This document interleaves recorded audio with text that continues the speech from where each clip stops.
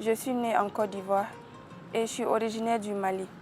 Cadette d'une fratrie de 6 enfants, nous vivions une vie paisible avec mon père et maman. Un jour, un des plus sacrés, un jour où nous nous parions pour rendre grâce à Dieu. Un jour de pardon et de partage. Un jour de tabaski. Mon père poussa maman à partir. Personne n'avait vu ce malheur arriver. Ni mes frères et sœurs, ni moi. Mon père décida, dans le courant de l'année 2007, d'épouser une seconde femme sans aviser maman. Je devenais ainsi une fille de famille polygame.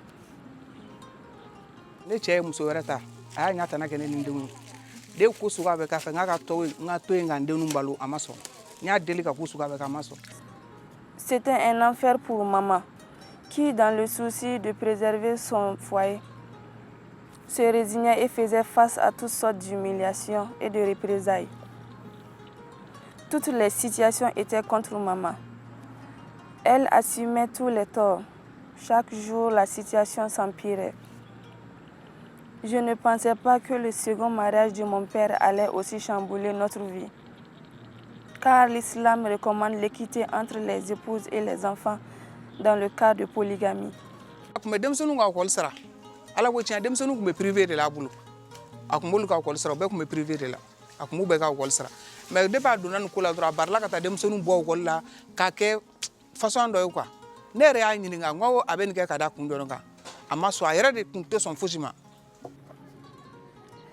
Maman ne baissa pas les bras. Armée de son courage, elle souhaita nous nourrir à la sueur de son front. Elle entreprit de vendre des jus naturels, bissap, jem et moukouji. Nous étions tous contraints de faire des sacrifices, déscolarisés au même titre que mes frères et sœurs, au motif que je ne m'attendais pas avec ma marate. J'ai commencé à vendre des chassés d'eau au bord du goudron, puis des jus et enfin des petits pains à la confiture. Ma marade, confortée par son statut de nouvelle épouse, me répétait que son objectif était de détruire tous les liens qui existaient entre mon père et nous. Nous pensions que cela changerait.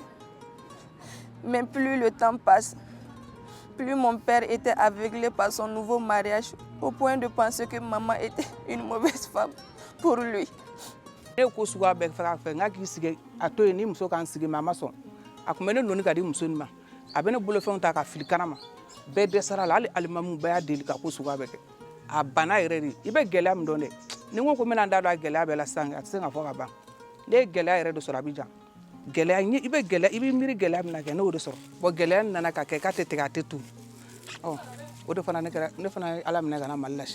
C'était un moindre mal.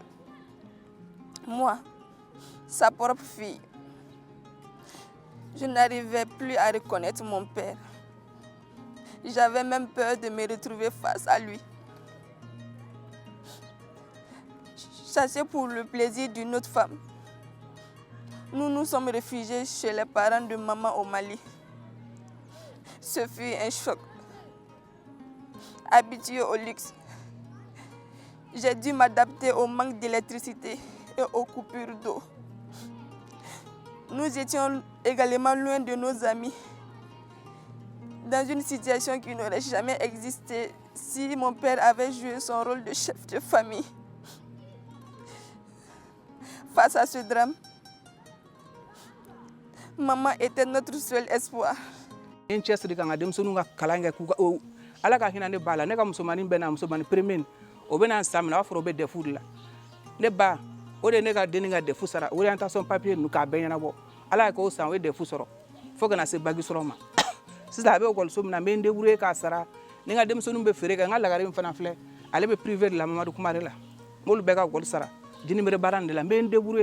Ali ni mangane ke ni segana ke meta firige. Maman arrive aujourd'hui à s'occuper de nous grâce à son commerce. 10 ans sont passés. 10 ans de labeur. 10 ans de patience. 8 ans sans attendre la voix de mon géniteur. Si maman comprend cette situation, j'ai pour ma part du mépris pour mon père. Surtout quand je vois maman se battre corps et âme. Plus les années passent, plus maman regrette d'avoir un tel mari comme père de ses enfants. Pendant des années, nous avons été privés de l'affection de notre père. Mais cela n'est pas le plus grave. Je me pose souvent la question de savoir pourquoi, dans notre société à majorité musulmane, des hommes choisissent d'appliquer les lois de Dieu quand cela leur arrange et ignorent lorsqu'il s'agit de respecter leurs devoirs. Ni furula ni cɛ ni ne ka kan ni ɲɔgɔn ta k'i sɛgɛrɛ i b'i jija de k'i ka tafe bolo siri k'i cɛ siri i kana manamana kɛ i ka to ala kɔ k'ala ye kelen a mɛn o mɛn ka gɛlɛya ni k'a bɛ ban n'i y'i yɛrɛ bila manamana la k'i yɛrɛ kɛ mɔgɔ fasɔn dɔ ye diɲɛ mɔgɔ bɛ yɛlɛ la bon diɲɛlatigɛ dun ko bɛɛ bɛ ban tiɲɛ de kan n'i ye tiɲɛ natɔ ye quoi k'i n'i kɔ don a la nkalon bɛ san 100 de kɛ mais ni tiɲɛ wulila don min na a b'a minɛ.